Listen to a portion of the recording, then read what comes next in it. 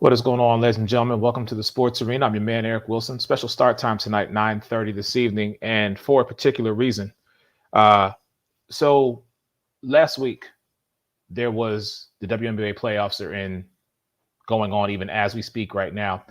And a conversation started because of a video that I put out after speaking to Connecticut Sun's head coach, Curt Miller. He explained the travel situation for both the Connecticut Sun and the Chicago Sky. It sparked a conversation between myself and my next guest, but I want to give y'all kind of take you back so you can see exactly what him and I are probably going to be talking about a lot this evening. So here's the video that I put out. I want you guys to hear this. I'm pretty sure that Chicago has to take 4 separate flights to get home. We have tomorrow to travel on 3 separate flights in order just to keep these pro women out of middle seats. In the middle of the semifinals, these 2 teams are taking 7 flights to get home from multiple different airports. So tomorrow is going to be off, I'm assuming, for both of us. And then we're going to get back to work. But that's what this league goes through. That's what these amazing women, the best in the world at what they do, go through. Is we are taking 3 separate flights, our 20-member travel party. We had the luxury of, sitting out with a bye, knowing we were going to be home. So we've had weeks to know that we were going to travel tomorrow morning to get to either Chicago, Phoenix, or Seattle when it became after the first round. And we have flights booked to all 3 of those places. Chicago, as it became clear, our travel tomorrow is on 3 separate flights, 2 separate airports, divided up in order, and not only, but in order to try to keep some of our players that are much taller than I am out of middle seats. I've been told that it's a very similar case for Chicago, which would not surprise me since we probably had booked our flights sooner than Chicago did. And that was going to be the case no matter if we went to Seattle, Phoenix, ultimately it was Chicago. We were going to be on multiple flights in multiple airports in the semifinals of the best women's league in the world. So, as you can see, that sparked a lot of conversation once I put that out there. And so my next guest, he made some comments with regards to the WNBA versus the NBA. And we didn't really go back and forth much because, as y'all know me, I always say I'm not a hard man to find. So I decided to bring him on the show so we could have this conversation. I always welcome the comments from everybody, but enough from me. Let me go ahead and get him in here. This is Mr. Ray Lynn, sport reporter without pay. Good evening, sir. What's going on, Mr. Eric? How you doing, man? I'm well, sir. Thank you for joining me here tonight. I do appreciate your time. I appreciate you having me, man. I wish I could have got on here under different circumstances before, but we bound to do this again, I'm sure. Exactly. This will not be the last time that you see this man on the show. So let's dive right into it, because our conversation, I think, is one that a lot of people, I think there are some misconceptions, maybe on both parts. But I just want to talk to you about it because I feel like we can have a professional, legitimate conversation. Now, we're going to get heated because you are one way, I am another. That's just going to happen. But let's get into it, because some of what you said, I just don't agree with. So I'm going to let you voice your opinion first, and then we'll just take it from there. So I did a show last night with Tyrus Ray over at Say What Said Again, and this topic came up, and I said I'm gonna try and save some of this for tomorrow. But like I said, being an African American man in this country, I know what it's like to be a minority and to feel slighted, to feel mistreated, and you want your voices heard, right? And I feel like when there's a minority group, the rest of the masses who aren't a part of that minority group are usually put in a position where it's like you have to overly support them, right? So what I think is happening with the WNBA is people feel like they have to take a side. Like if you don't firmly stand with them and what they're crying out about, then you're against them. And it's like that's not the case. Like we got to have some common sense. When you see these memes floating around about the difference between pay with Sue Bird and LeBron James, it's like, well, where's the money going to come from? So like women, not women, the WNBA, like they want equal. They don't want equal. They want a handout. They want a charity case because they haven't put in the work that the NBA has put in. They don't have the revenue that they have. So they can't expect the same amenities. The NBA didn't start off doing commercial flights. The NBA didn't start off with players making hundreds of millions of dollars, right? They started off at the bottom. They built their product up. They put a product out that people wanted and were able to now have the revenue to pay the players what we see them paying, for players to have the amenities and accommodations they have, to be able to fly first class or fly, commercial, and then to stay in the nicest hotels. Like that happened over time. It wasn't always that way. I'm assuming at one time and point in time, they were probably catching buses to games, right? Like none of us are going to raise hell about a minor league baseball team, right? I watch videos with Michael Jordan, one of the greatest basketball players ever, right? Catching a bus with a minor league baseball team. Nobody gets mad when they have to catch a bus. They catch a bus because that's what their funds afford them to do. The WNBA don't have no money. It's just that simple. And I don't think a lot of people know that during their collective bargaining, the reason they can't fly commercial is they kind of put out a rule that basically says if one can't have it, nobody can have it, right? Like there are some owners who have the money that can afford it. Everybody don't, so they won't let nobody do it. So then what do you do from there? They don't have the money. I mean, that's like cut and dry to me. They just don't have the money, far as pay, far as the accommodations, far as being able to fly here and there. Like people got upset about Phoenix not being able to host their playoff game. If I own that arena, I'm going to get more money from this Disney on Ice. I'm going to get more money from this than I am the 2,000 people that are going to show up for this playoff game. I'm in this to make money. I'm not in this to save people feelings. Just is what it is. I take all your points, and I do, but I want to touch on each one of them. The first one that you spoke about was the amenity situation, or the equal pay, if you will. The WNBA is not asking for equal pay. They understand that this is a marathon, not a sprint. Okay. But they have put 25 years into this. And when I look back and I look at the beginning of this, and I am just as guilty as the person who has never watched a WNBA game. It took me until the bubble for me to get in. But once I was in, I was all in. I was committed. You know what I'm saying? From a media standpoint and from a fan standpoint. So I feel it is my obligation and my job right now to support this brand, because it is, if you will, in its infancy. It's only 25 years. I get that. But the women aren't looking for a handout. What they're looking for is an opportunity to showcase their talents on the highest level. That platform was given to them. They asked for it for years, I'm sure. When they finally got it in 1996, okay, that was the start of something.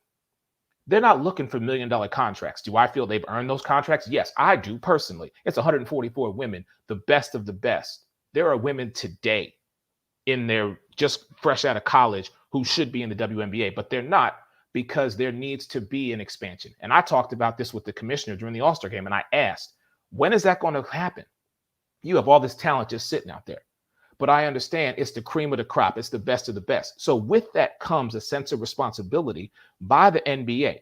If you are going to support this organization, which is, if you will, a subsidiary or an off-brand of your huge conglomerate, then put the investment in there. Now, you talk about, they should be given this. No, they shouldn't. They've earned it. 25 years? You tell me a business that has sustained for 25 years with all the obstacles and hurdles that the WNBA has had to go through, so and still be given not the recognition that they deserve. These women have gone and played here in the country, in the greatest country in the world, the United States, then have gone overseas and played for different countries just to maintain a decent living, not a absorbent legacy lifestyle, a decent living. Now, yes, they have their endorsements, they have their foundations, they have different revenue streams coming in, but it still doesn't amount to what would be an athlete. Let's take the gender out of it.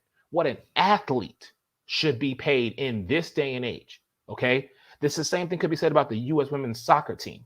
The U.S. women's World Cup Olympic soccer team.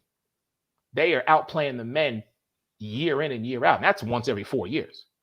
So then you want to talk about, then you want to dive into, they're broke. They're not broke. Where's the money going to come from? How about even if we take 1% from these owners of the NBA, these 32 owners, take 1% and say, we're going to invest it. If you don't take the 32, take the 12 that the cities are in and put that into the WNBA. So you mean to tell me New York, Chicago, Atlanta, Indiana, Seattle, Dallas, Minnesota, Phoenix, and the rest. And I'm sorry that I'm forgetting the other ones. I'm just caught up in the playoffs right now. But you take those teams and you invest that money back into the WNBA.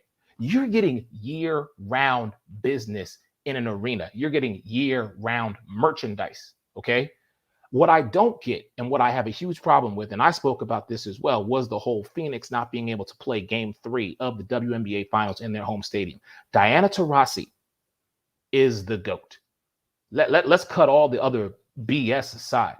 That woman for the last almost 2 decades has put this organization on her back and has stepped up time and time again and proven, whether she's injured, whether it doesn't matter. Her physical, if she's on the court, she's a lethal threat. She is a multi-time championship. She's a multi-time gold medal Olympus. And you're going to tell me that Disney on Ice and potentially is going to make you more revenue than you say 2,000. It's probably going to be closer to 4,000 or 5,000 people, because if they know Diana Taurasi could potentially be playing one of her final games, you're going to come see an icon play. It's just like people who went to see Michael Jordan for his last ride. Now, I'm in no way comparing the two. What I'm saying, the greatness of one and the greatness of another. Okay, this isn't, and no disrespect to these women, but it's not a Skylar Diggins Smith. It's not a Breonna Stewart. This is Diana Taurasi. You mean to tell me when Sue Bird did play her final game against Phoenix, you mean to tell me that arena wasn't packed? I beg to differ.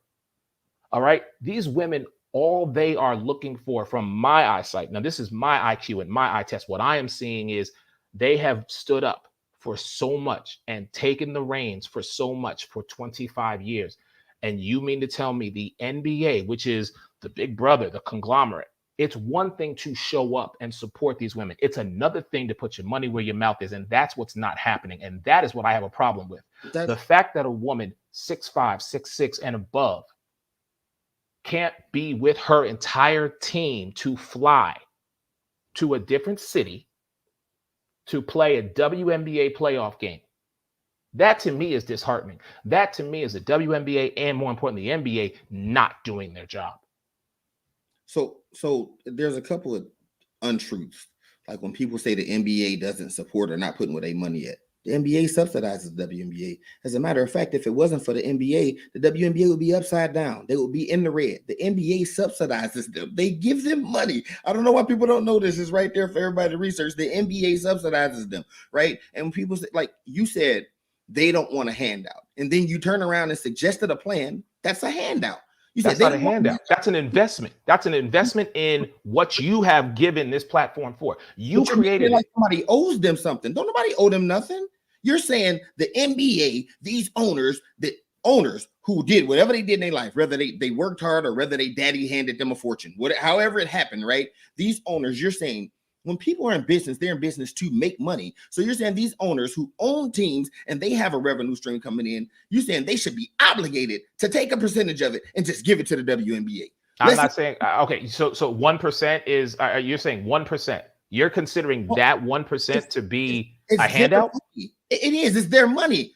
Like, it's just like welfare. I ain't a fan of welfare. We're saying that because you're better off, right? Because whoever have worked hard to put you in the position you in, the least you could do is take 1% of your money and give it to them. That's a handout. That's not a handout. That's an investment. If you're going to make a return on that investment, welfare is completely different. A That's like 1% investment of your money that could return what the WNBA is creating. Why do you think Commissioner Engelbert is going through to find a different revenue streams to be able to broadcast these games through Google, through Facebook, through Amazon Prime? They're trying to build their brand, which is what they should be doing. That's like me getting on this live and telling you, you should invest in Doge, and if you don't do it, you're wrong. I can't tell you where to put your money at. It's your money. But if I make a return on it and I trust you, okay, but if I trust you and you come to me and say, E, I got this thing you need to hit up right now. And I trust your opinion because I've seen what you've been able to create. And then that return not only makes me money, but makes you money as well. How is it not a win-win? It can be a win-win. Let's understand that. What you're saying can work. Okay. The owners decided to do so. Where Ray's issue come in, where the sports reporter without pay issue coming in, where people act like they're mandated, they're obligated, or something they should do, and they're wrong if they don't. They're not wrong if they don't. Nobody owes them anything. Nobody was giving anything to the NBA. They built their brand, so much so that the ABA had to go under. That was their competition. And they got so big that the ABA had to fold and either get right or get left. You're either going to join us or you're going to get left behind, right? So the WNBA, who really has no competition, got to continue to pound that pavement and build their brand. If nobody decides to come along and just hand them money, which is what you're saying, just give them the money, right? I'm not saying give them the money. There's a business plan in place. Invest the money, right? That's what I'm saying. Invest.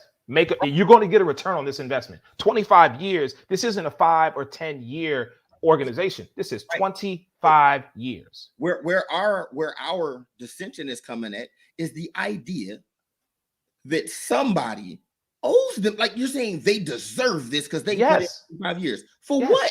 You don't like you don't deserve anything. You only deserve what's there and what's available. Like when NBA players get all these crazy contracts and the players of yesteryear get upset and go, man, if I was playing in this, where you're not playing in this day and age, they just happen to be playing right now, and the CBA mandates that this is what they can make, so they get it. You can't just pay these women money that's not there. Like the NBA makes about 7.4 billion. The WNBA makes 60 million. How are we comparing the two? Like, how are we saying that they should be paid more? They should get this. They should get that. They shouldn't get anything. And no, when I say they shouldn't, I don't mean I'm against them getting it. I mean, they're not.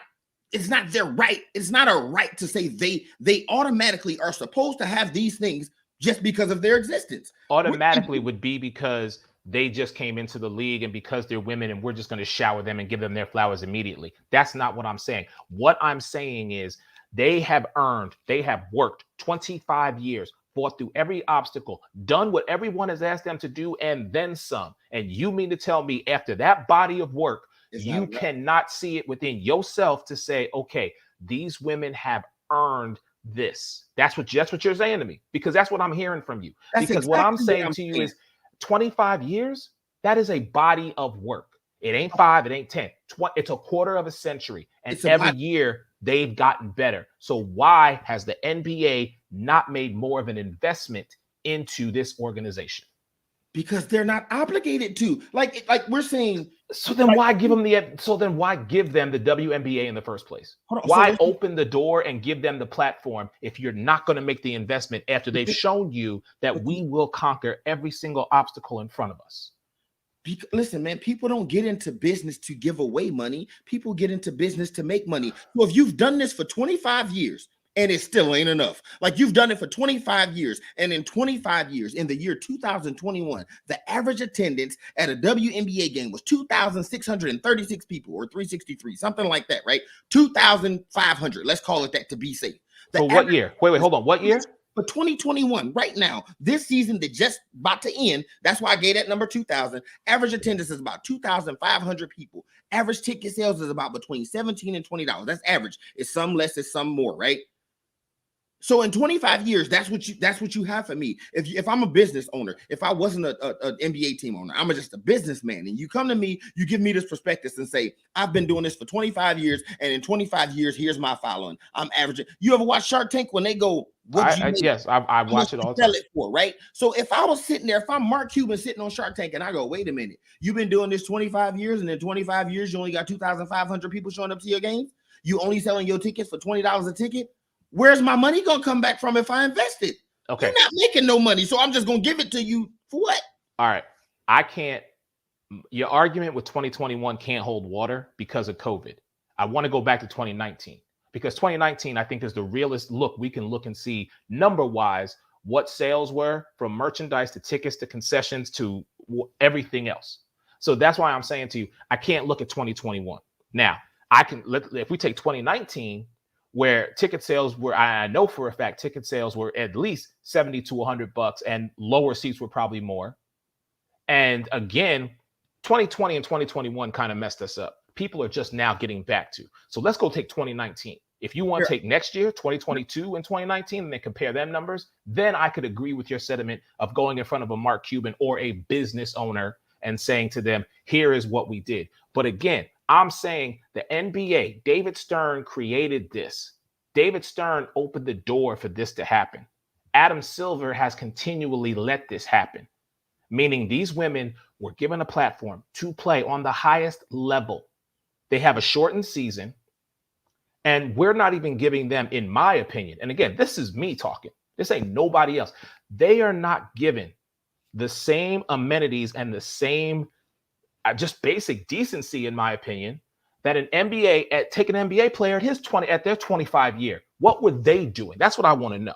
Because these women have traversed so much to get to this point, to where now I'm telling you, you don't want to give them charter flights. That's fine. In my opinion, they've earned it. You got a 20-man woman team, and you mean to tell me they can't charter a flight, a 4-hour flight, or even 3 hours from Connecticut to Chicago or wherever the case may be? Like, that's what I'm saying. The NBA needs to do more. Adam Silver and Commissioner Kathy Engelbert need to get in the room and figure this out, because you're talking about, I mean, just basic as an athlete. We put athletes on a pedestal. We give them. We do as media and as individuals. That's the problem. We feel as though you are the best of the best, so you deserve that. And these women aren't even getting that.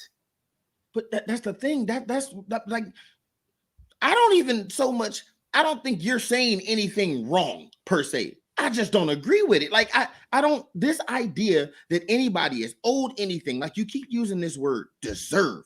They don't deserve nothing. Like, they're paid thousands of dollars. I'm gonna say thousands. They ain't getting paid millions of dollars. Right. Average WNBA salary is about 70,000, right? Highest paid player, Brittany Griner, 120 or something like that, right? So they're getting paid thousands. But then again, here's the catch to that, right?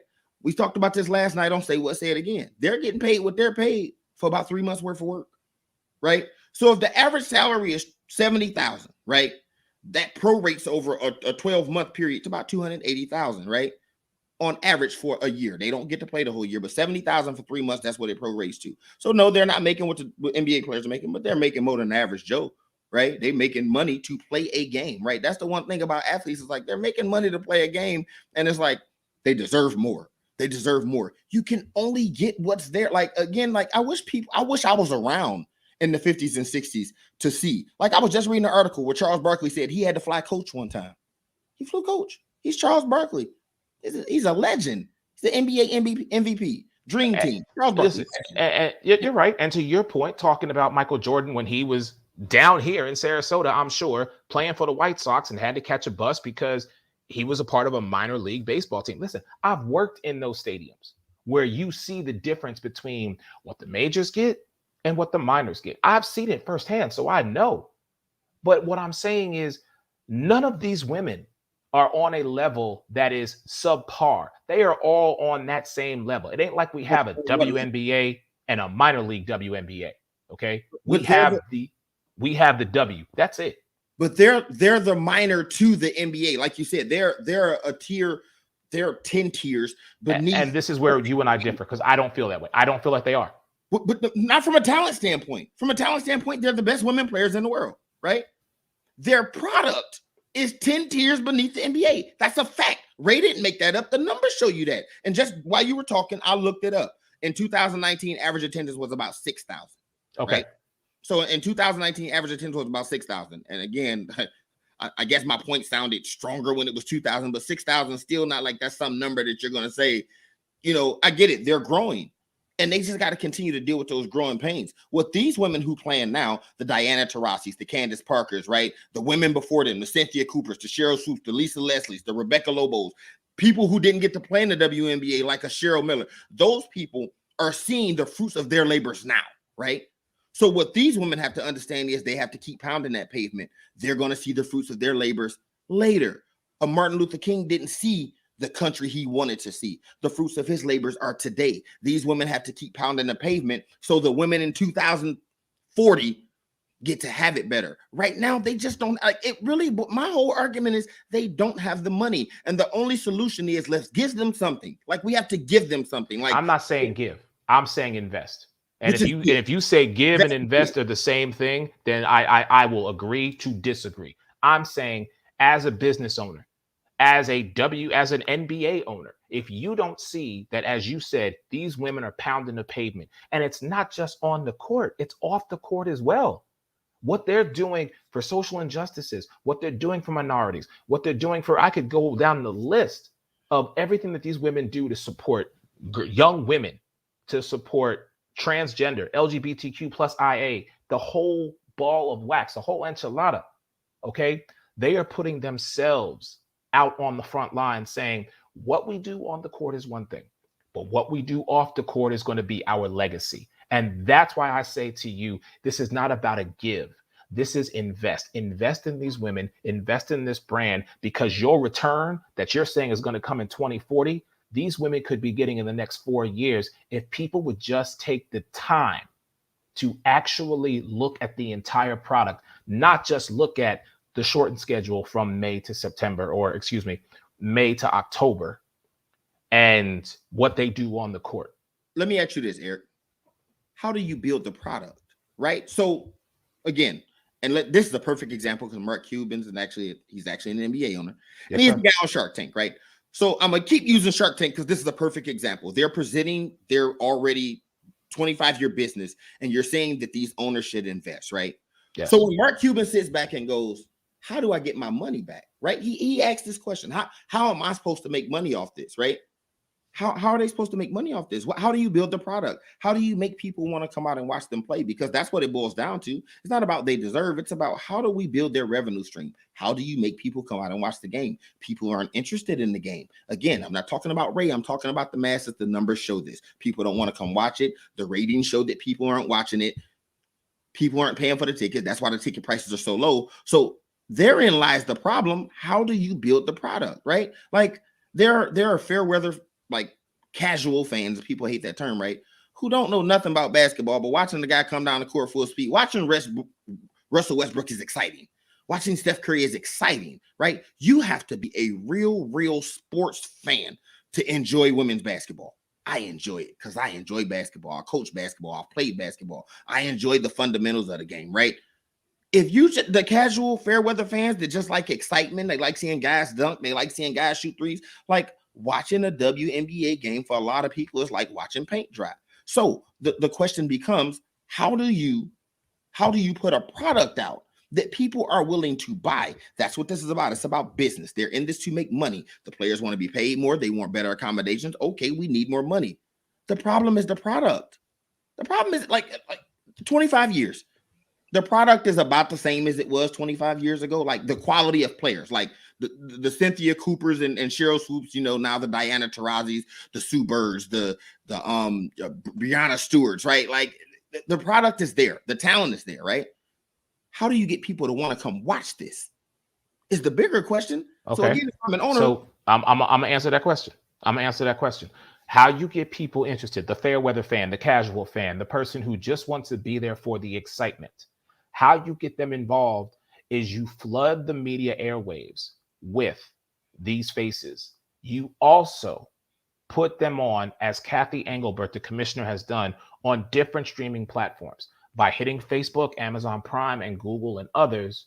What you're doing is you're opening it up to all demographics, not just one concentrated area, not just ESPN or ABC or the W or ESPN2, but you put it on multiple platforms. They have the WNBA League Pass, which again, $17 for the season, it's not a bad deal. The only problem is if the game's on a ESPN or an ABC, it's considered a nationally televised game, which is very well should be.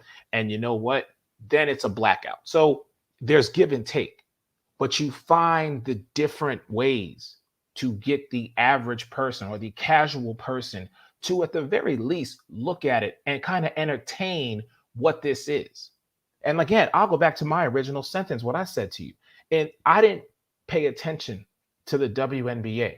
I saw it every once in a while from the beginning in 96 until 2020. Okay.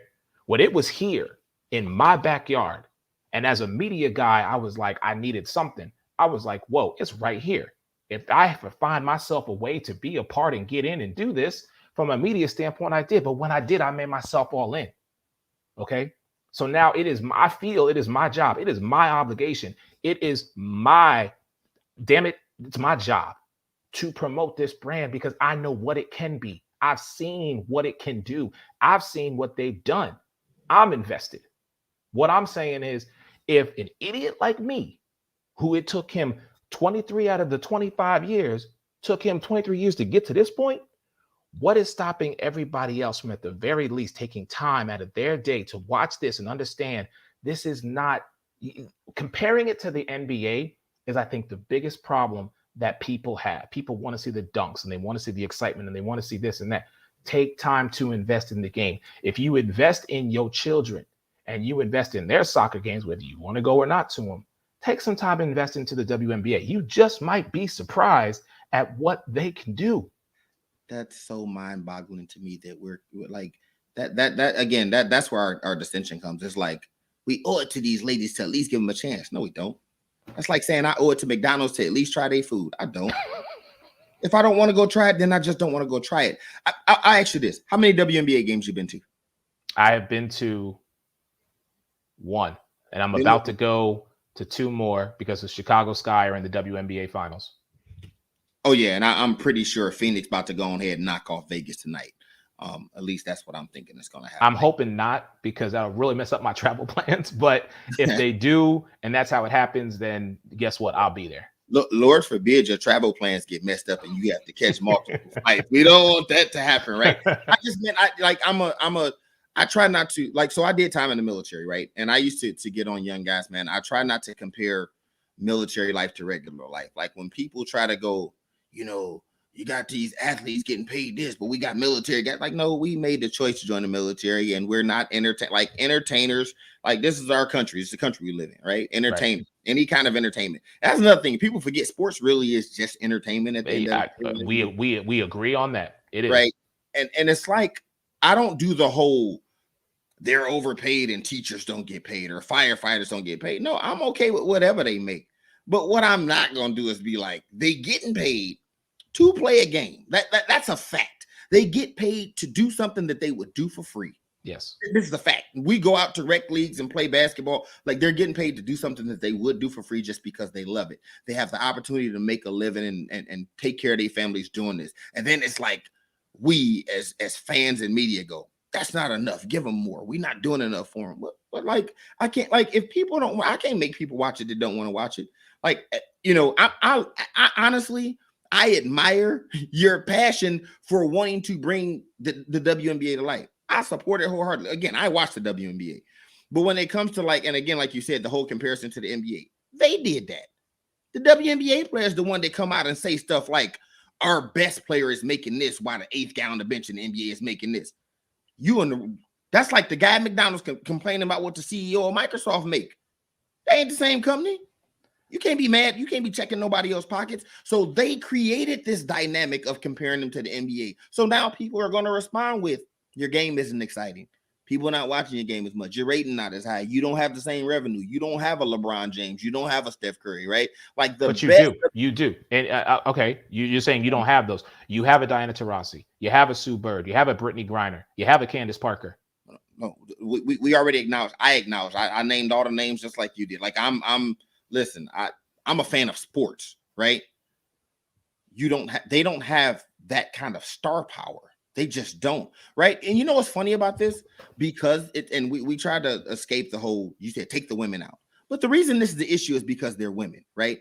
Because the NHL don't get no kind of coverage and nobody cares, right? The NHL Stanley Cup can come and go, and it'll get a blurb on the bottom of your TV on ESPN while they talk about a meaningless middle of the season basketball game. Like, that's how it works, because the NHL is the NHL. Of the four major sports, it's the least of the four major. I will agree with you wholeheartedly on that. But what I will say to you is at least they get a blurb. The WNBA during the All-Star game. All right. And we got to make our final points because I got the rest of the crew ready to chime in here tonight on this one. Y'all got y'all tonight. But what I'm saying is this.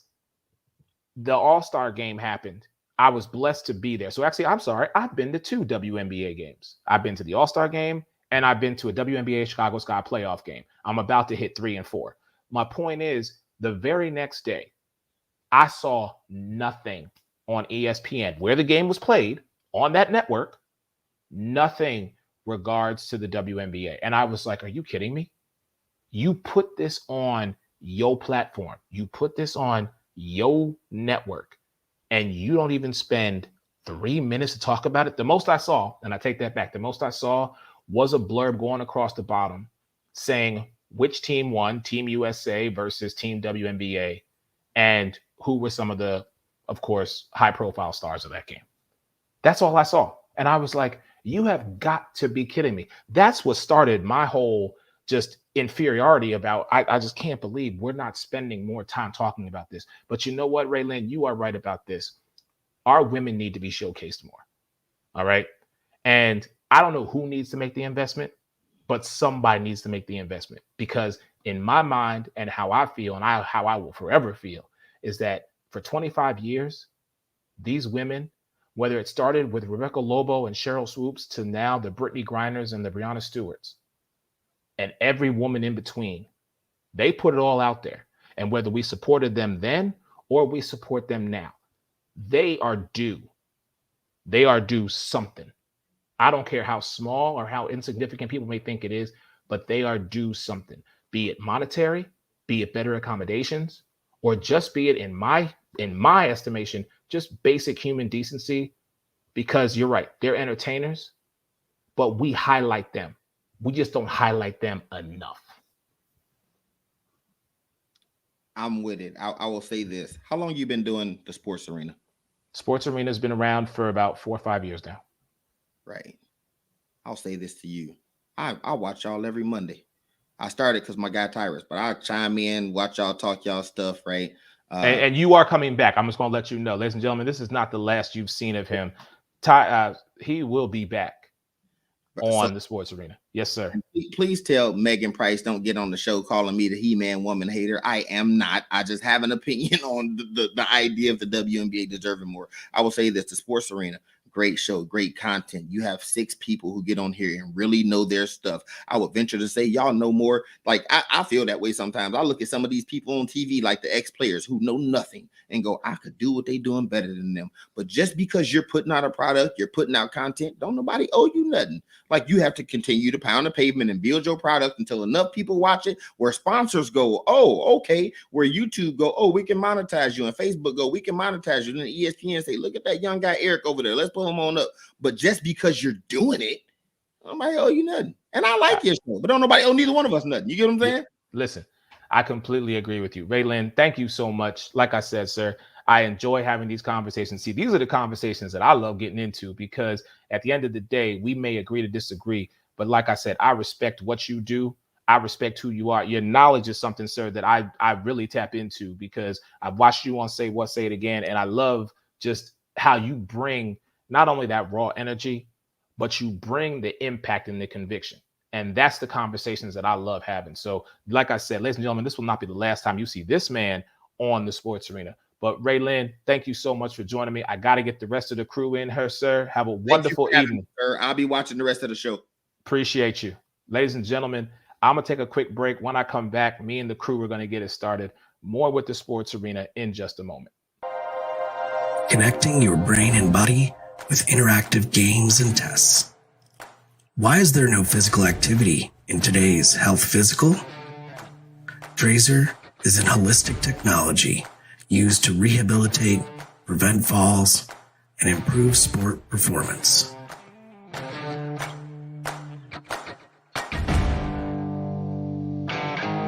Trazer reports provide you, your clinician, your physical therapist, or athletic trainer objective data to make decisions on your health and performance over time. Measure what matters to change your game. Take the Trazer Challenge. confidence, growth, connected by Tracer.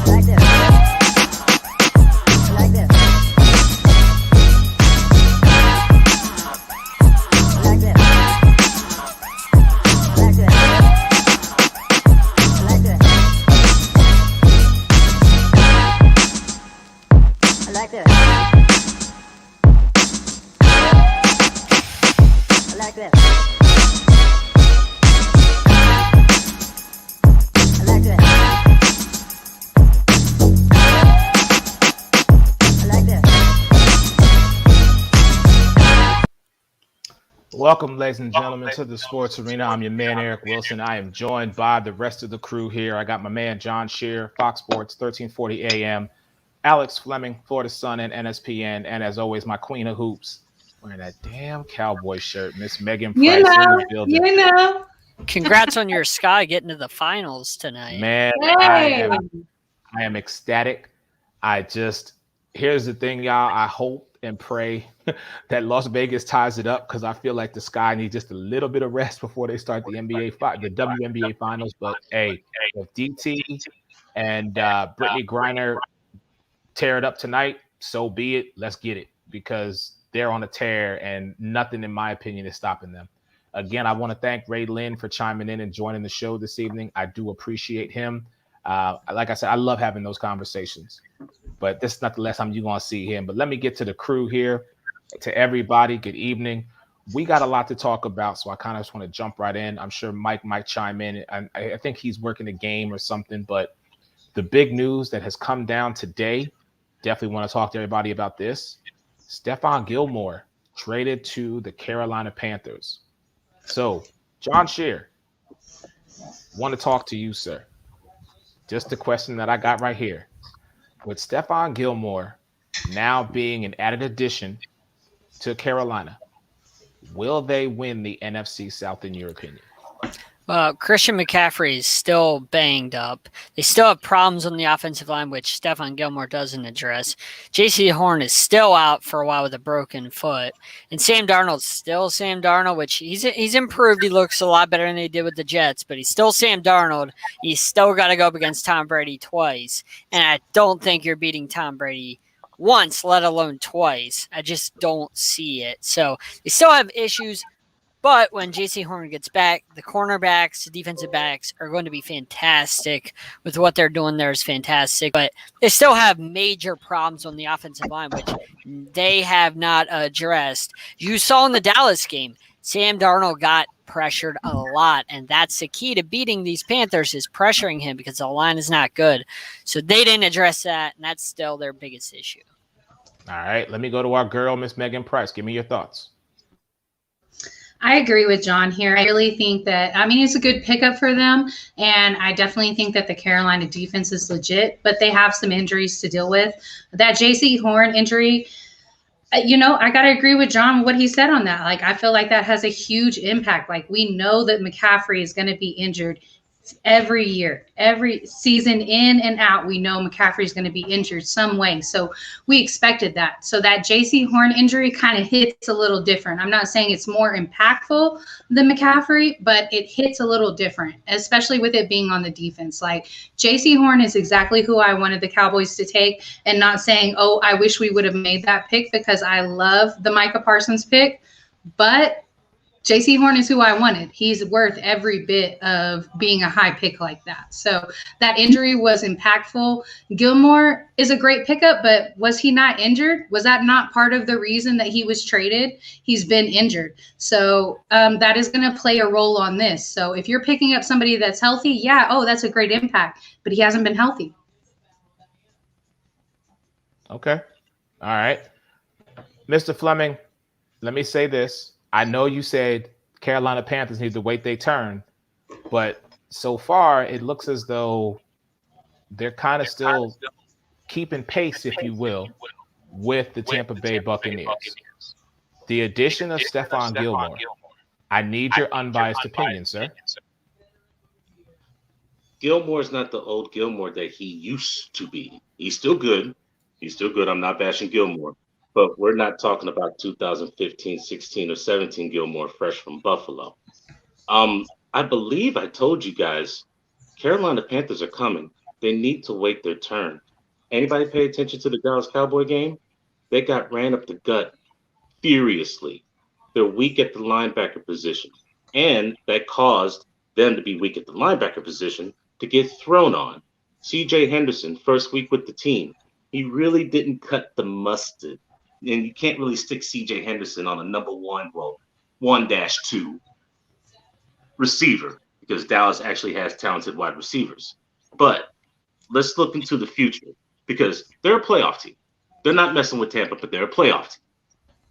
Next year, they're going to be a problem with Stephon Gilmore, Bouye, Chin in the back knocking people's heads off, J.C. Horn, the brand new Mamba, and, of course, Mr. Henderson, who's now an acquisition for free for peanuts from Jacksonville.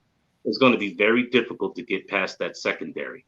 The front four has been doing their job as far as getting pressure and sacks. The weakness of the Carolina Panthers is linebacker, and I expect them to address that in the draft and in free agency. But once again, I'm not worried. Playoff team, yes. Tampa Bay Bucks level, no. Okay. All right. And again, I just have to bring that conversation up because of the acquisition. And to John's point, the loss of J.C. Horn. I know Stephon Gilmore is not, as you said, Alex, 2015, but I think he's still got a little gas in the tank. And I think he's going to, that veteran leadership, if you will, might be something that Carolina defense needs. And he also could be that spark to kind of let Sam Darnold know, hey, you ain't got to do this all on your own. I got you at least on my side of the ball. You go handle your business. I'll handle my side. And let's see, Mr. Fleming, to use your favorite word, we can develop some synchronicity. It might not be this year, but I just see it as he's bringing knowledge, he's bringing experience, he's bringing leadership. That could translate into victories for this team. Just remember, first 2 weeks, the Panthers struggled to score points. Week 3, they struggled to score points even against the Texans. They didn't score that much. Week 4, against the Cowboys, they struggled to score points. They scored a lot in garbage time when the Cowboys had already blown them out. So really, they haven't hit 30 points yet. They still struggle to score points, even with DJ Moore balling like he is. Robbie Anderson hasn't shown up. And even when Christian McCaffrey was there the first couple weeks, they haven't hit 30 yet. So as much as you talk about the Panthers, the offense hasn't gone over the top yet. They haven't blown anybody away. It's been about 25 or less every game, which is still good. But if you're going to run with Tampa Bay, you got to put up a little bit more than that. You saw in the Dallas game. If you can't put up, 30-plus points against a team like that, you ain't winning. And I agree. Let me add to that because I'm glad John mentioned that about Tampa. 19-17 against New England, it was defensive struggle. 24-34 against the Rams. That's 6 points and 11 points that kept them from averaging 30 points a game. Do you think they're going to score more than 30 points against Miami this week? I'm just asking. A friend wants to know. It's going to be I'm not going to watch that game. It's going to be ugly. So based on this conversation, what I have to say from a fan standpoint is y'all are actually giving Philly a chance to maybe beat the Carolina Panthers this Sunday. Is that what I'm kind of hearing? Because Philly has been able to put up 20-plus points on teams. So you're still saying no, Alex? No. Okay. Here's what you don't see. No. We don't got to get into it. We'll save that for the NFL carousel this Thursday. Why don't we do that? Okay. So, Alex, I know you've got some writing that you need to finish up, so we will holler at you in just a minute. Let me go ahead and talk to Megan and John here for a situation, but we're going to bring you back in just a little bit. So, Megan and John, while I got you, the next question that I want to discuss here, well, it has to do with somebody who Mr. John Scheer made a comment about a while back. So let me play for you. This is what John said on our August 23rd show of the Sports Arena. Well, let's keep it moving because with the NFL season starting, I got to ask y'all a question because we were talking about this in the chat and I found it very interesting. So I will ask this question, and I know it's already started, but which NFL coach do you feel is already on the hot seat? John Scheer. Where would you like me to start? I mean, Mike McCarthy should be. I think he should be. You could easily go with Matt Nagy. He definitely should be. I think Mike Zimmer should be. That team's underachieving. I think Sean Payton should be. I mean, let's see how he does. Not fully on the hot seat, but the seat should be somewhat warm. Give it maybe a little bit warm because that team's going to underachieve this year, and I want to see how the organization reacts. Vic Fangio in Denver definitely should be. I think he's a terrible head coach. I think Urban Meyer should be. I think that should be a short leash for Urban Meyer in Jacksonville because he's already looked bad to start. It hasn't looked great. I think that seat should be warm to start right off the bat. I think Zach Taylor for the Bengals his seat should be red hot. He's done nothing. He's a prodigy, and he's done absolutely nothing. So there's plenty. You putting every coach on a hot seat? Yeah, I have a lot of coaches. I can keep going, but I'll let you guys talk. We got the point, John. Thank you. That's my man first year on the hot seat. Have you seen Urban Meyer yet? I'm glad you just put McCarthy at number one on that list. Urban Meyer so far? Did you see that Tim Tebow debacle? I'm a little more worried about him hiring racist assistants. How many NFL coaches would have pulled that move off? How many of the 31? Probably none. He's the only one. A lot. This isn't college. All right. I just want to say I'm still concerned about him hiring racist assistants. Tyree, Mike, where are you at? Alex, hold on. We know where you're at. Hold on. Tyree is not joining us this evening. Oh, I know, but I'm still. They all gave me them looks. However, not me. Someone from Say What Say It Again is joining the show this evening. This is my man. I love this guy. Chuck is in the building. Good evening, sir. Welcome to the Sports Arena. How are you? What's going on, family? How y'all doing? Doing very well. All right. So, Chuck, since you are the newest member, I definitely want to get your take on Urban Meyer and the Jacksonville Jaguars. In your opinion, sir, what do you think needs to be done? I think it needs to be less distractions, first and foremost. I think that there needs to be a sit down with Urban Meyer management because I don't feel like they're on the same page. I think that they need to tighten up defensively. I think that definitely some moves need to be made as far as their let me say this first. I was one of those people who was optimistic. I know Alex probably remembers when I was saying I felt like Jacksonville can be better than what people let on. And I'm the first. I'm humble enough to say I was completely wrong. So I think there's just a lot of change that need to be made. I think as much as I respect and love Urban Meyer, I think they took it as they hired the name instead of the quality, I believe. And they went with the name Urban Meyer and felt like, okay, because it's Urban Meyer, let's make this move instead of taking it into more consideration. But I will say this. I like Trevor Lawrence. He's having some struggles, but I still like him. And I think if they build around him, they can do well. But I think first it starts defensively because I think offensively they're showing some signs. So I think defensively they need to tighten up and get that together. And then I think they can at least be somewhat respectable this season. So I think it starts defensively. Offensively, I think they have some tools. I think they can be somewhat competitive. But I think on the defensive side of the ball, they definitely need to tighten up. All right. Fair enough. Chuck, as always, brother, I love having you. Please stick around because this conversation is far from over. I'll go ahead and give my thoughts on this. And, I've listened to what everybody has said as far as what should versus what should not be done. And like, Chuck, I was the only person in the Sports Arena group to give Jacksonville 7 wins. Everybody else was somewhere between 2 to 6 or 2 to 5. Alex gave him 7 as well, right? Alex might have given them 7. He might have given them 6. But, I will admit where they are right now, they're growing. Are they where we thought or where at least I thought they were going to be? I say they're still growing. With regard to Urban Meyer, Chuck, you hit the nail on the head. And this is why I love having you, man, because you spot on.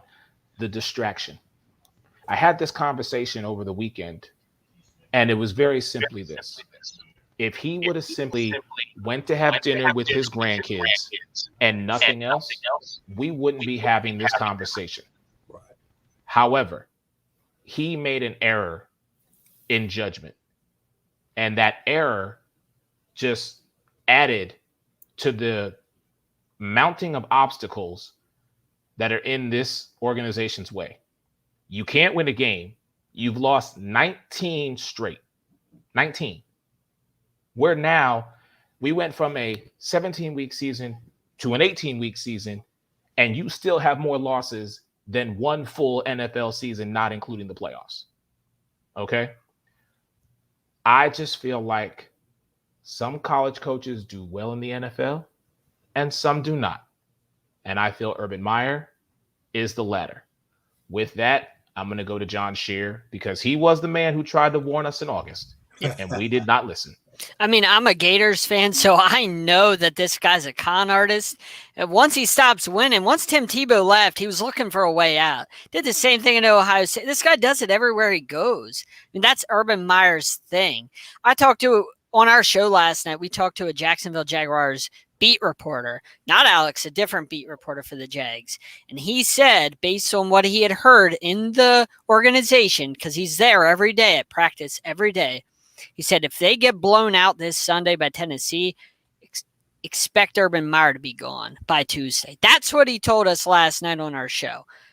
He said that's what he heard in the organization. If they get beat like 41-7, something bad like that, and Derrick Henry runs his normal like 200 yards, said expect Urban Meyer to probably be gone by Tuesday. So that's just something we had to talk to a beat reporter on our show last night. Like Urban Meyer, I mean, he's in his own restaurant.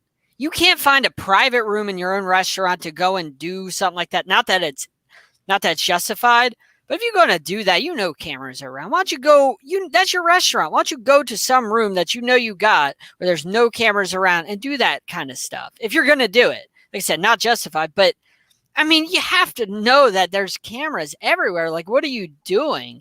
It's not only the fact that you're 0-4, you just got beat by Cincinnati, who's not a very good team, in my opinion. Then you leave your team and you use your grandkids and your wife as a pawn to go and do this. You go and hang out with them and then you leave them to go and do that. It doesn't make any sense. Like, not only are you leaving your team and you're cheating on your wife, which is your business. Whoa. We're not saying, we are not saying that he, hold on, Megan, allegedly. We are not saying that he had done anything extramarital. Okay. Oh, okay. Allegedly. I'm not saying that. Because I saw where the fingers went. But, that's just me. Allegedly. I'll say allegedly. So, that's your business.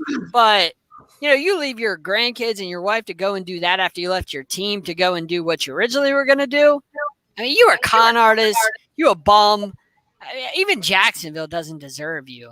And they're about the lowest of the low. They don't even deserve you. Wow.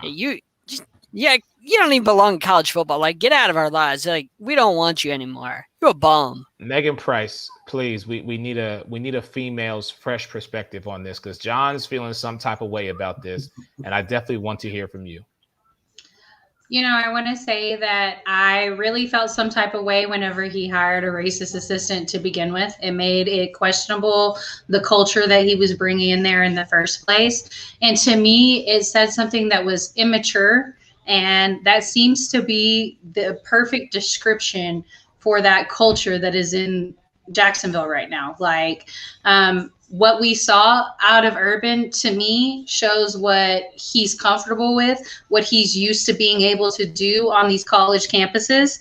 Just my personal opinion, I feel like stuff gets swept under the rug. And no matter how you view it, but I'm on a panel full of married men right now, and one of them already spoke out on how it looks. And I just want to say, from a woman's perspective, it absolutely looks that way. And so you're going on to a team that has a staff. So not only do you have players, but you have staff. And I want to say probably 50 to 60% of them are probably married. And if you're not married, do you kick it, but you are married. That's the thing. And so you're on a team and you're within an organization that probably has a pretty high, maybe more than half percentage that is married, because this is grown men that you're getting into it with. This is not college players. You're not dealing with young men. You're dealing with grown men and women within the organization that are probably married. And this leads to, what are you going to think of your leader if they're doing something like this? So, I think that this is just one problem, a drop in the barrel, but just definitely goes to show not only who he is as a person, but as a leader. Okay. All right. So we are going to take a break from this. I got to pay some bills, run some commercials. When we come back, Alex is going to be still joining us. I know he just finished up his article that is probably going to get dropped this weekend. Chuck, you able to stick around for our Thursday night football picks? Yes, sir. Sure. All right, perfect. More with the entire crew. I got Sideline Sports. I got DB&A Television. I got 806 in the Sports and the Sip-Off. I got Say What, Say It Again. I got the Sports Arena.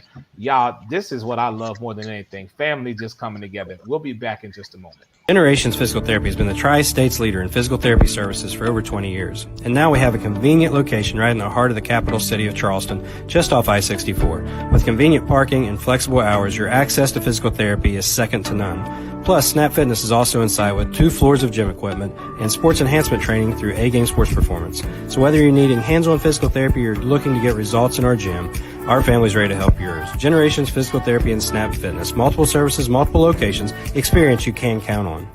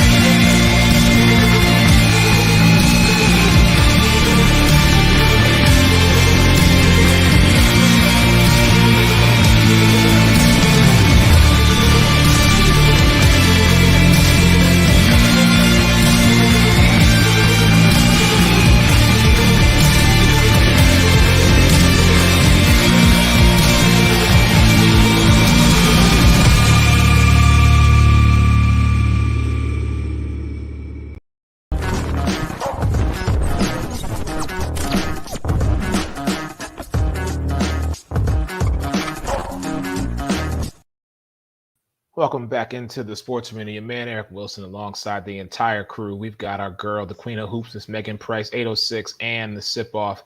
We've got John Shear, Fox Sports, 1340 AM. Welcome back, our brother Alex Fleming, Florida Sun and NSPN. And joining us, Say What, Say It Again, my man Chuck is in the building. Mr. Fleming, thank you for joining us back, sir. What's up? Got something to say. You know why I'm not going to touch the Urban Meyer situation, so I'm going to leave that element alone. But I want to speak to Jaguar fans. I have a friend of mine who's a professional NFL writer and photographer. John and I were able to meet this gentleman at the Pro Football Hall of Fame. He's been writing for the NFL for 8 years. He's been shooting pictures for the NFL for 12 years. So if he writes an article that may not be as poignant or punctual, he might actually know what the hell he's talking about. Now, I don't mind if you don't agree with him. I have no problem with that at all. But you're not going to belittle and berate him. Your NFL fans were actually behind the scenes. And I'm thinking, how much leeway would you have gave this coach if it was Eric Bieniemy or Mike Tomlin or Ron Rivera? I don't want to open up that wormhole, but I'm getting sick and tired of entitled coaches who are living off of past deeds, getting passes from fans. It's like all of a sudden we forgot about our morals. And I'm damn sure not going to allow people who pay their hard-earned money to watch a team and franchise suffer and lose, and then berate a gentleman who took the time to write about an issue that he might actually know something about. So if you have smoke or something to say, at least be man enough as a fan to reach out to the person who wrote it and say you disagree. But you internet warriors, just know people are watching, and we're not going to take it. This is like a free smoking section. That was a very professional smoking section from my brother, Mr. Alex Fleming. I have to give you much love and respect for being able to say what you needed to say, but your conviction holds true, my brother. Just so we know, our man Tyree is chiming in saying that he better not see any of us at Magic City with lemon pepper the wings are good. So we see you, Ty. We see you. And Megan, thank you for the update. Vegas is up by 3 over the Phoenix Mercury. So how's a team 26-6 lose 3-1 to a team that was 16-16? Hey, John, watch your lips. I'm just saying, how do you get beat that bad? John, go Cavs. Diana Taurasi. No, he's talking about Chicago beating up on Connecticut. Yeah, John, let me say this. I'm not knocking your team. I'm knocking the other team that went 26-6. I know. You know what? Sometimes it's not the size, and I never say this right, so please correct me because I'm gonna mess it up. It's not the size of the fight of the dog. It's the size of the fight in the dog. Right. It's not. Okay, well, I want to say from a different perspective that I think that if you look at the NBA season, it's 82 games. You look at the WNBA season, and usually a lot of times it takes NBA teams about 20 to 25 games to fully get in their mode. And so that's probably the same for women's ball too, but their season is shorter. So they saw their best play that last month of the season, probably the last 3 weeks of the season. And we really saw who was dominant, and Chicago was one of them. Yeah. So to beat Dallas on their home court, Chicago's home court, then they go face Sylvia Fowles in Minnesota and beat her. And now you took game 1 from Connecticut in Connecticut, and then you said, we're closing this out in 4. Because the gravity of the situation, John, is even though they will never say it, I have high expectations each and every year for this team. But the sense of identity was one of the key focal points with the Chicago Sky. And one of those things was defense. And to watch it unfold throughout this entire season, I say this not as a fan and not as a media outlet reporter, as someone who has truly visualized it. My eye test, they play, John, with such just intensity and such heart. The biggest piece, they play selfless. And I think that's going to be the reason.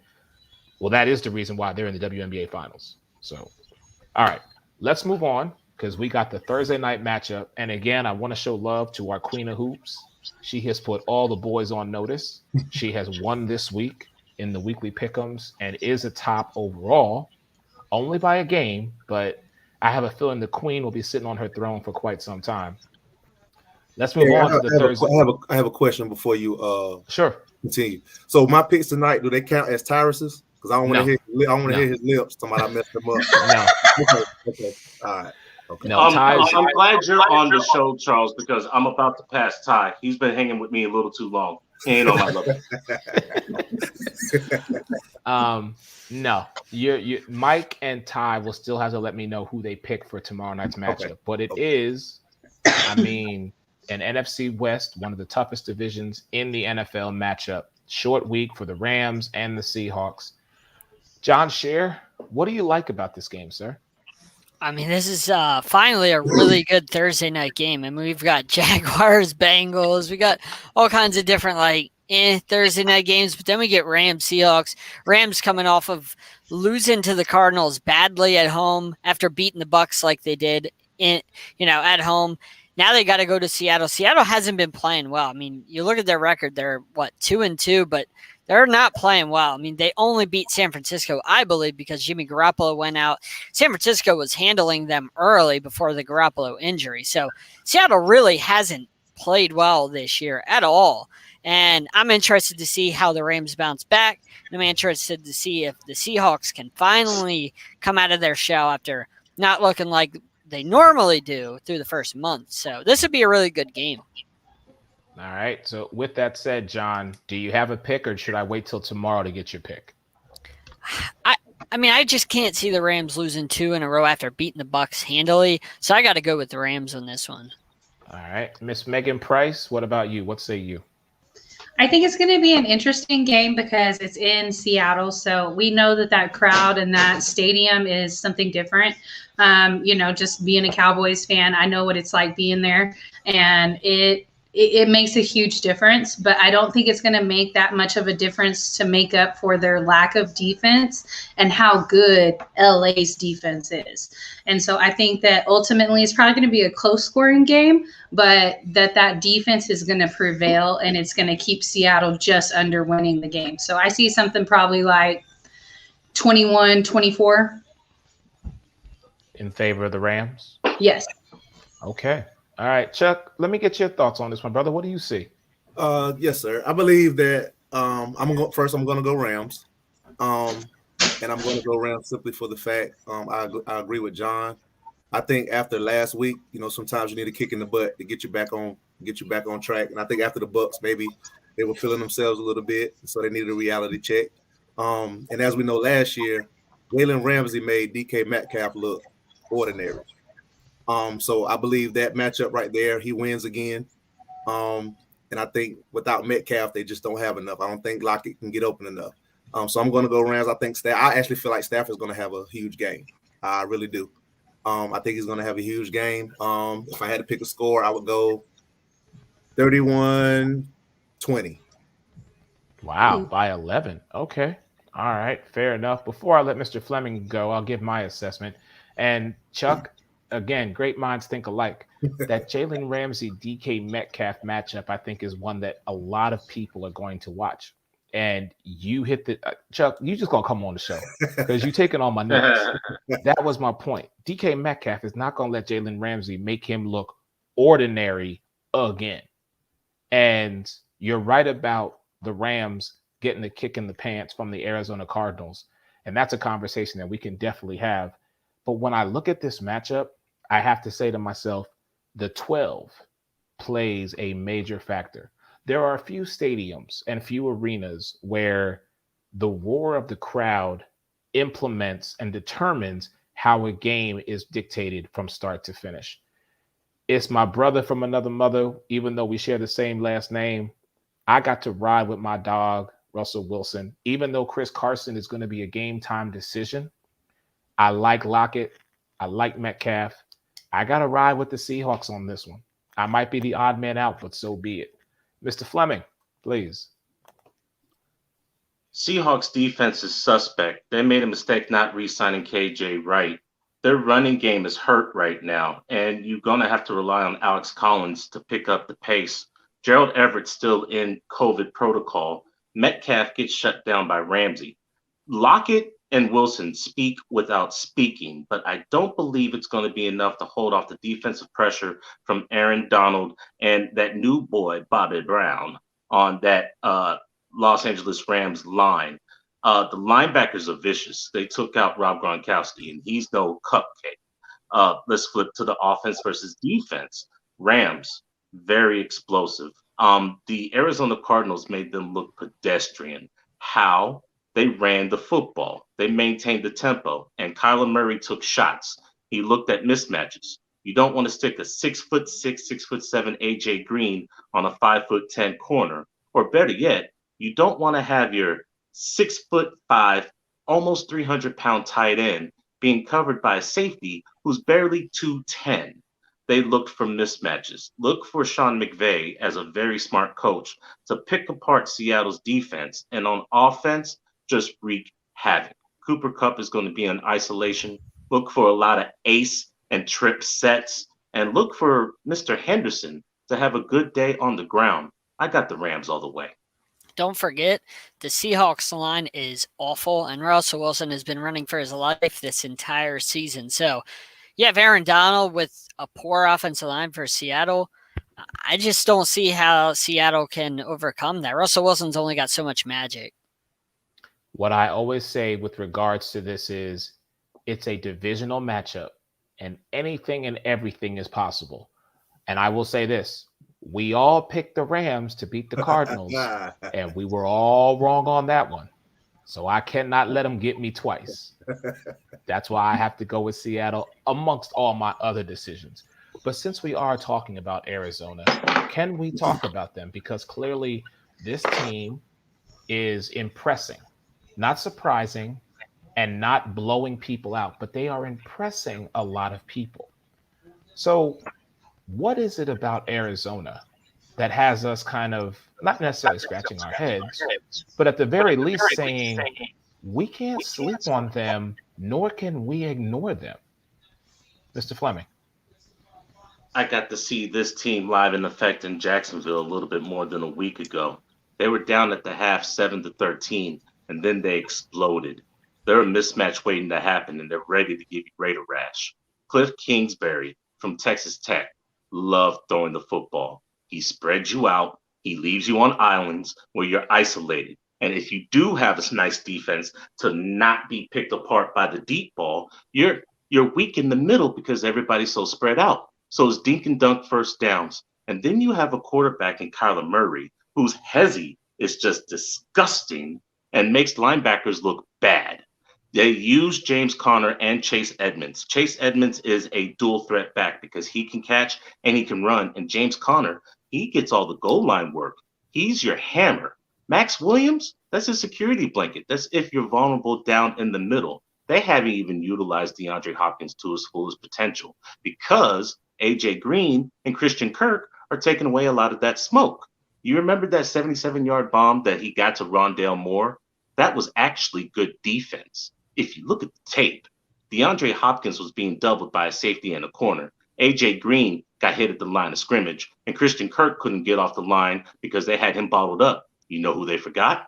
Rondale Moore. They're a mismatch issue, and I think they're going to be a major mismatch issue for everybody in the NFC West. All right, Chuck, Arizona, talk to me, brother. I agree with everything Alex said. Right now, I think Kyler Murray has made up his mind that I am that guy. It is nothing nobody can do about it. I think that's kind of the confidence that he's walking around with at this point. I know last year, even though they were struggling, I do think they would have had a playoff spot barring injury. But I think now that with the additions and they're healthy, I think they're just doing what they're supposed to do. I looked at them the other day watching them play, and I was like, man, they're really loaded. Like you don't really pay attention, but like they're loaded. I commend DeAndre Hopkins so much because it takes a humble superstar to say, okay, you can double me. I'm not going to complain. I'm not going to do none of that. I'm going to let everybody else do what they do as long as we're going to continue to win because he's literally getting double teamed every game. So he's the way Kyler Murray's playing and the humility that he's showing is revitalizing AJ Green's career, is revitalizing Connor's career. Christian Kirk is looking like a mid-tier receiver.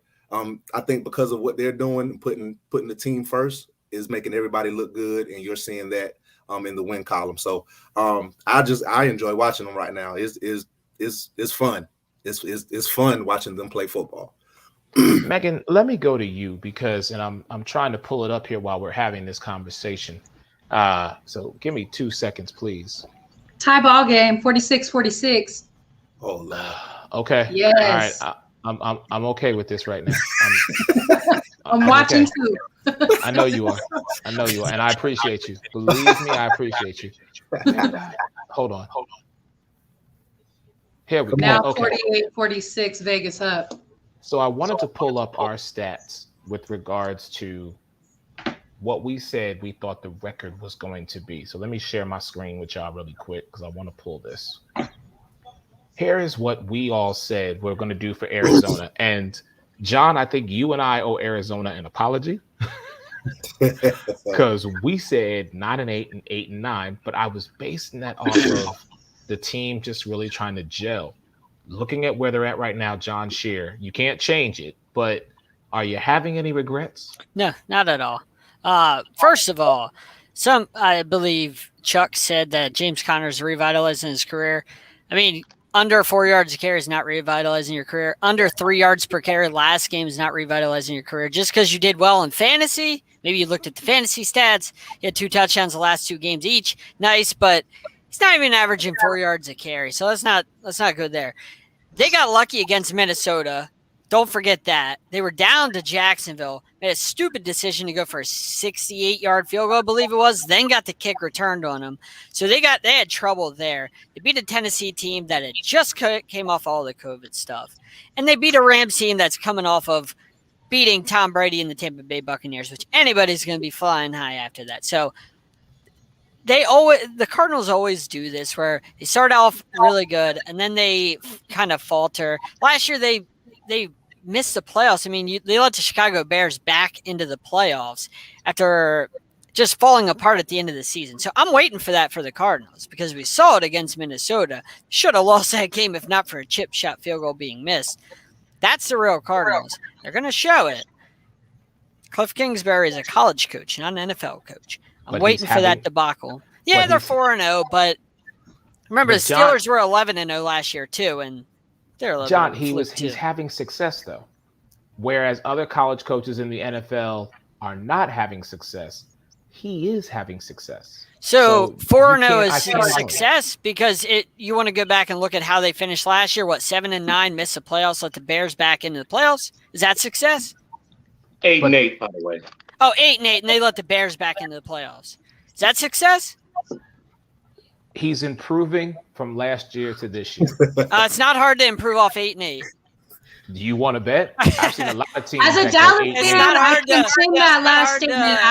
As a Dallas fan, it's very hard to improve off 8-8. I can contest to that for 25 years. You're in the NFC East, so you know. Watch your lips. Go ahead, Chuck. No, I was going to say, John, I'm a different breed. So when I say revitalizing a career, I don't equate that with stats. That's not how I do it. What I'm saying is, when has the last time you heard his name, period, this much?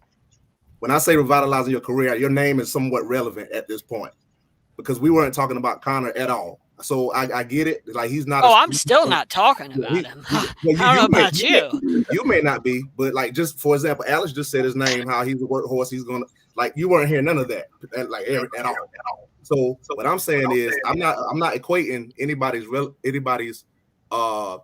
career or their production to a stat. That's just not how I do. To me, you can be one of the most impactful players on the team, and your stats may not be top 5, top 6 on your team, but what you bring to the table can lift your team. So that's just how I think. But I get what you're saying, but that's just how I think. By the way, we're not giving enough credit to that Arizona Cardinal defense. I think Chandler Jones was unhappy before the season started, and then all of a sudden you put J.J. Watt right next to him, and then Chandler Jones is a freak.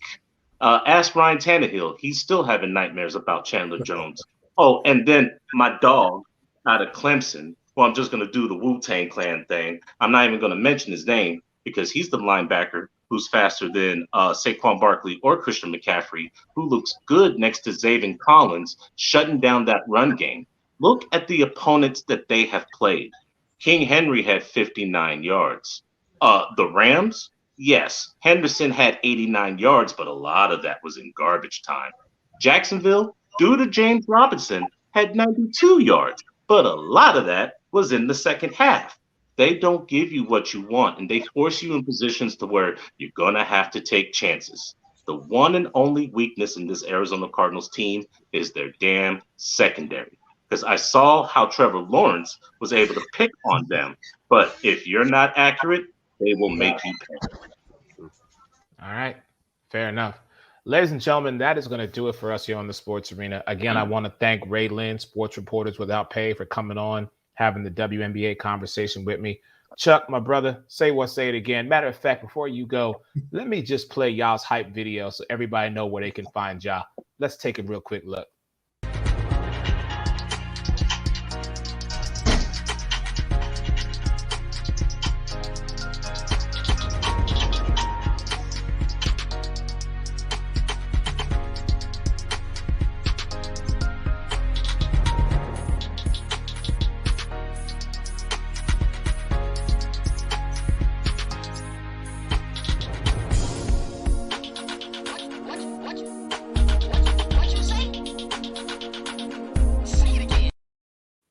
every Tuesday night, 8:30 on Facebook. I know they're on YouTube, man. These brothers, I love all the guests they have on, even the one Miss Ashley Baker. Let your boy James E. Harris know that he's on point, because as I've spoken to some people about, I'm just going to go ahead and drop this now. In a month, there's going to be a conversation on the sports arena, one that has never been allowed on this show until now. There is going to be a night of the Queen of Hoops, Miss Megan Price, from Say What, Say It Again, James Harris, Mike Caratanudo, Believe in the Pac-12, and our girl, Miss Ruth the Truth. They are going to have a Dallas Cowboy conversation. It is going to be just the four of them. Ooh. I'm not even going to be around. I might be out of town for that. Yeah, Alex. Hey, Alex. Oh, I already got our hotel tickets, brother. We gone. Right on. We go. John, you could come too. But I figure halfway through the season, we'll let the four of them talk about their team and just let them do what they do. But anyhow, Chuck, my brother, thank you so much for joining us. Yes, my sir. love to everybody up there in North Kakalaki. We're going to get it done. We're going to do a cookout show. We got to get one done. We're going to handle that one. Let's do it. Let's do it. All right. Miss Megan Price, Say What, Say It Again. No, you on every show, Megan. I don't even know where you're at right now. I am. You just on everything. The SIP-off is tomorrow, and we're gonna highlight Maya Moore, and we're gonna talk WNBA playoffs. So it's gonna be a little bit of a shorter show. Those are the only topics we're talking about, but there's tons to talk about both of those. Awesome. So make sure you check her out tomorrow, 8 p.m. Eastern. Is that correct? Mm-hmm. Well, 8:15. I'm always late. That's all right. You like the rest of us. It's all good. John Shear, Fox Sports 1340 AM, Sideline Sports, DBNA Television, man. Congrats on all the success that you and JB and Jake and the rest of the crew are having, man. Amazing, amazing work that y'all do. I am blessed to have you a part of our family. So thank you, sir. And then, of course, my brother, Mr. Alex Fleming. Onward and upward, my man. Onward and upward. Hey, I was able to control myself, but please know I'm not happy. And please know, Jag fans, if you want smoke, I'm not a hard man to find. Hey, that's my line, bro. That's my line. Big dog, I got you. You know this. That's my brother. Your man, Eric Wilson, for the Sports Arena. Hey, every Monday, every Wednesday, 10 p.m. Eastern, right here on Facebook, YouTube, Twitter. And again, shout out to everybody who has helped contributed to the success of this show, from Trazer, Fusion Sports, the National Scouting Combine, NFL Draft Bible, my man, Byron, ASE 365, all your Sports Arena merch, and the man who helps put me all this together, does all my videos, does everything for me, my man Rob from Rob Graphics. Much love to everybody. We will see y'all next week. Enjoy football tomorrow. Rams Seahawks. Have a good night, y'all.